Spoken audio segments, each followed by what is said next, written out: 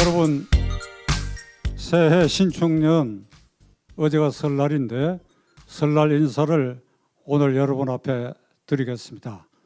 이 해는 국태민안하고 국민이 편안한 1년이 되도록 여러분과 함께 기원해 마지 않습니다.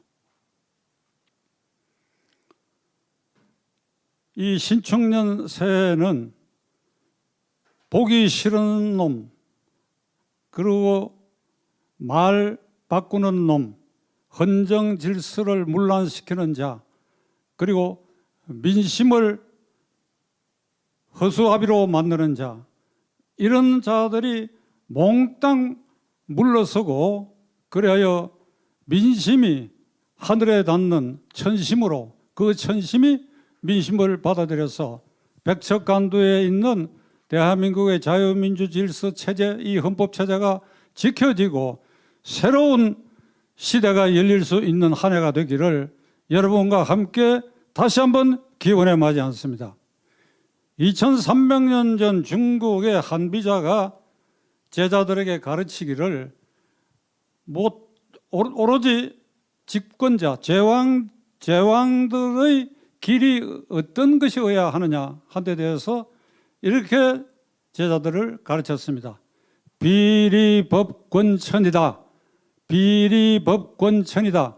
세상의 올바른 이치도 권력자가 법을 빙자하여 그 이치를 깔아뭉갤 수 있다. 예를 들면 이 문재인 정권 아래에서 탈북자들이 북한에 이 정확한 정보를 전달하기 위한 북한에 대한 전단 살포 금지법을 만들고 5.18 비방한 자에 대해서 재갈을 물리는 법을 만들고 헌법에 근거가 없는 공수처법을 만들어서 유령기관 공수처를 발족시키고 이런 것이 권력자들이 법을 빙자하여 이치를 깔아뭉개는 것이다. 그리고 이 권력자들은 이 법도 마음대로 폐기 처분하고 마음대로 새로 법을 만들 수 있다. 남자를 여자로, 여자를 남자로 만드는 것 외에 뭐든지 할 수 있다라고 하는 망상에 잡혀 있다. 그러나 이러한 폭주하는 권력도 결국은 하늘을 이기지 못한다. 하늘을 이기지 못한다. 무슨 뜻이냐?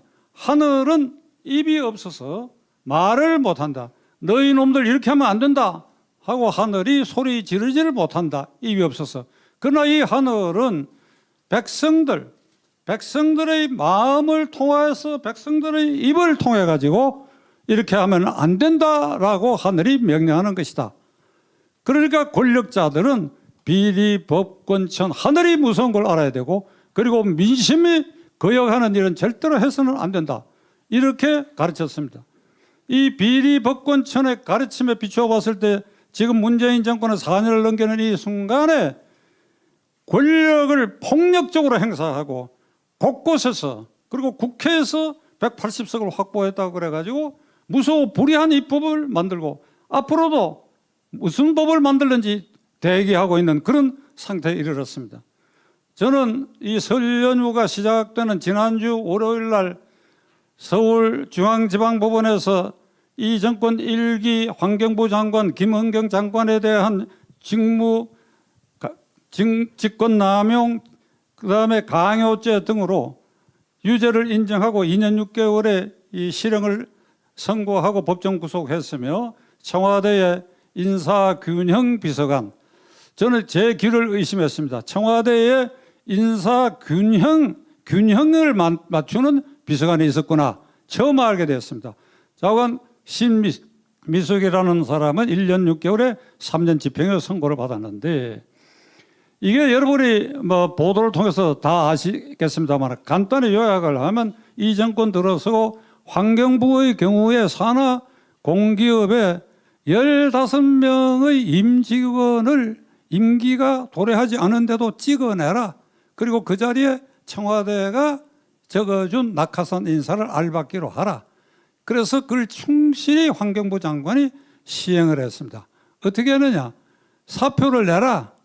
15개 자리에 대해서. 사표를 안 내니까 직무감찰을 하겠다. 위협을 해가 전부 사표를 받았습니다. 그리고 형식은 공모 절차를 밟아야 되니까 이렇게 공모를 하고 청와대 낙하산 예정자들도 다 공모에 응했는데 어렵시오. 7사람이 공모 심사에서 불합격되고 말았습니다. 그 7사람을 구제하기 위해서 그 7자리의 공모 결과를 무효화 취소하고 다시 재공모해가지고 청와대 하명 명단을 끝까지, 청와대 리스트를 끝까지 관철한, 이게 이 사건의 진실입니다. 그런데 김은경 장관, 그 다음에 인사균형수석관, 그 사람들이 책임입니까? 아니지요. 거기에는 민정비서관, 그리고 비서실장, 그리고 더 나아가 대통령이 선거 과정이나 야당 시절에 신세졌던 사람들을 대해서 보은을 하기 위해서 그러한 명단을 내려보내고 그러한 무리한 짓도 침묵하고 있었고, 이것이 환경부 하나에만 국한된 것이 아니라 모든 공기업에 대해서 공통적인 현상이었다고 하는 것이 청와대 민정수석실의 행정관으로 있었던 김태우 수사관이 이걸 폭로를 했습니다. 그 폭로에 근거해서 고발이 됐기 때문에 환경부 하나가 문제됐습니다만 전반적인 일이고 이것은 빙산의 일각인 것입니다. 제가 이걸 조금 장황스럽게 말씀드렸습니다만 놀라운 것은 청와대가 24시간 동안 이 판결 결과에 대해서 우리는 할 말이 없다고 그러다가 여론이 나빠졌는지 이걸 감지하고 청와대 대변인이 이런 발표를 했습니다. 법원의 판결문을 봐라. 거기에는 블랙리스트란 말이 한자도 안 들어가 있다. 블랙리스트란 말이 판결문에는 그것이 되지 않았다. 그렇기 때문에 청와대가 내려보는 블랙리스트는 없다.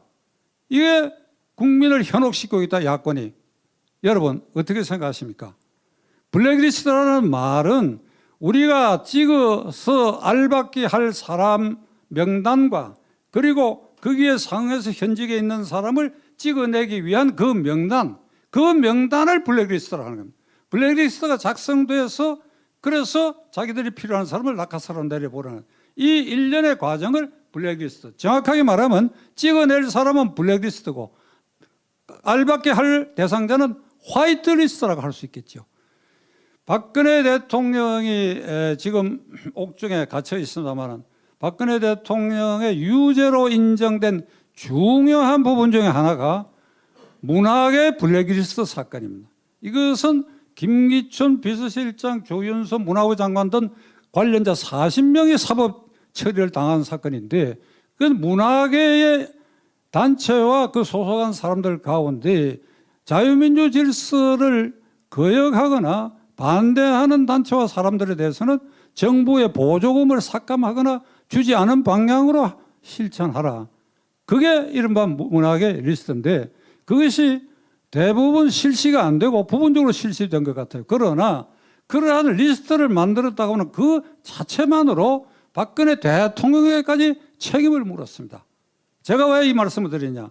2017년 4월 5월 10일에 문재인 대통령이 대통령으로 취임하기 바로 직전에 공약 발표장에서 그 무렵은 박근혜 대통령에 대한 수사가 진행되고 있을 때에 이게 문학의 리스트라, 블랙리스트라 그래가지고 온 세상을 떠들썩하게 했습니다. 그때 그는 야당 대통령 후보의 자격으로 이런 말을 했습니다. 이게 있을 수 있느냐. 행정권을, 국가의 권력을 폭력적으로 행사한 이 일은 절대로 용납할 수 없다. 여러분 자료 화면을 한번 보시면 녹이 띈 얼굴로 문재인 후보가 그렇게 갈파한 것이 자료 화면에 등장하고 있습니다. 자, 이랬던 사람들이 판결문에 블랙리스트라는 말이 없다고 해갖고 청와대는 블랙리스트가 없다. 천인공노할 일이지요. 하늘과 사람이 민심과 전심이 같이 분노할 일입니다. 이건 내로남불의 아주 극치 전형을 상징하는 말이고 최근에는 젊은이들 사이에 내로남불이라는 말도 너무 피로감이 있으니까 이삐마바라는 말을 쓴다는 겁니다. 그게 무슨 말이냐? 이 중국 말이냐 했더니 이삐마바, 입은 삐뚤어져도 말은 바로 하라. 이삐마바. 그러니까 이 정권은 내로남불 이삐마바의 극치를 이루고 국가 원수인 대통령이 대통령 되기 직전에 그 앞에 정권에 대단히 가볍고 별 문제가 되지 않는 문학의 리스트라고 하는 걸 쳐들어가지고 앞에 정권 사람들을 대통령을 비롯해서 이렇게 처벌한 것에 비춰본다면 이번에 환경부 리스트를 이런 식으로 호도하려고 하고 법원을 원망한다는 겁니다. 판사들이 왜 이렇게 실형까지 선고하느냐? 그건 관례상 있었던 일이 아니냐? 내부적으로는 부글부글 한다고 그래요. 그래서 청와대 대변인이 기껏 한다는 소리가 판결문에 블랙리스트 5자가 없다. 이게 국민을 바보 취급하고 저 같은 사람까지도 이걸 멍청이 취급하는 일 아니겠습니까? 여러분, 여기 청중이 보이지 않습니다만 이거 타도해야 할 정권 아닙니까? 이게 한 가지만으로도 우리는 용납할 수 있겠습니까? 김명수 대법원장은 이 설이 시작되기 전, 그러니까 지난 수요일이죠. 수요일까지는 사표를 내지 않겠느냐라고 일부에서는 그렇게 전망했습니다만 그는 꿋꿋이 그 자리를 버티고 있고 오늘 토요일 연휴 기간의 토요일인데도 불구하고 오늘 아침에 오전 중에는 대법원 앞에서 김명수 물러서라고 하는 시위가 있었다고 합니다. 한마디로 김명수 대법원장은 그로 인해서 대한민국 사법부가 똥칠을 하고 있고 해외 토픽을 장식하고 있으며 왜 장식하느냐? 대법원장이 정권의 입맛에 맞도록 판사를 징계 회부한 것도 아닌데 사표를 수리하지 않고 탄핵에 몰아넣어가지고 탄핵의 재물, 탄핵의 뇌물로 정권에 바친 이런 대법원장이 OECD 가맹국 35개국에서 이런 대법원장이 있을 수 있느냐? 아주 창피하게 짝이 없습니다. 지금 우리는 국내에 갇혀서 있는데 실제로 외국에 나가보면 이게 도쿄에서 워싱턴에서 런던에서 이게 대한민국을 비우는 소리, 이 사법부를 비우는 소리가 아니야. 제 의견이 지금 천지가 진동하듯이 들리고 있습니다. 맹자가 이런 말을 했습니다. 소인배는 자리를 얻으려고 안달하고 일단 자리를 얻고 나면 이번에는 그 자리를 놓칠까, 잃을까 두려워서 무슨 짓이든지 하고 만다. 자리를 얻기 위해서 안달하고 수단 방법을 안겨서 자리를 획득하고 나서는 그 자리를 지키기 위해서 발부둥 치면서 무슨 일이든지 저지르고 만다. 이게 소인배다. 대법원장은 아주 전형적인 소인배다. 이런 소인배의 기질이 있는 자를 대법원장으로 지명한 문재인 대통령은 이 소인배를 알아보지 못하면 그것도 소인배 아닌가? 아까 사회자께서 29번째 장관급 인사를 이게 엉터리를 했다. 그러니까 국회의 인사청문회 보고서가 채택되지 않았는데 벌써 29명.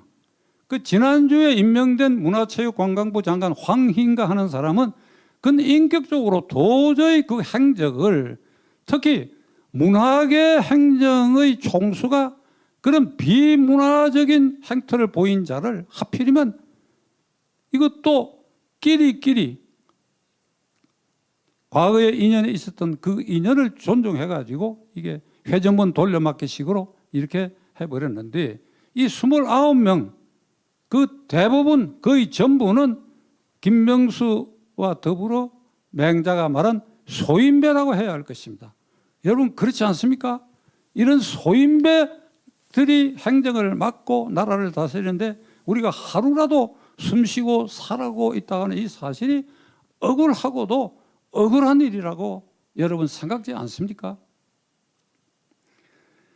이제 이 정권은 한 걸음 더 나아가지고 임성근 부장판사를 탄핵을 시켜서 재미를 봤다고 생각했는지 이 여당 내에 사법행정위원회를 만들어 가지고 판사들을 그 검색대 위에 올려 가지고 지금 이 정권 실세들과 관련되는 일련의 사건, 뭐 울산시장 부정선거 사건, 그 다음에 월성 원전 1호기 경제성 조작 사건 등 이런 일련의 사건들을 맡고 있는 판사들에 대해서도 여차하면 임성근 부장판사처럼 탄핵에 회부할 수 있다라고 하는 위협을 하기 위해서 사법행정위원회까지 만들어 가지고 공공연하게 이 사법부를 압박하는 사태까지 이르렀습니다.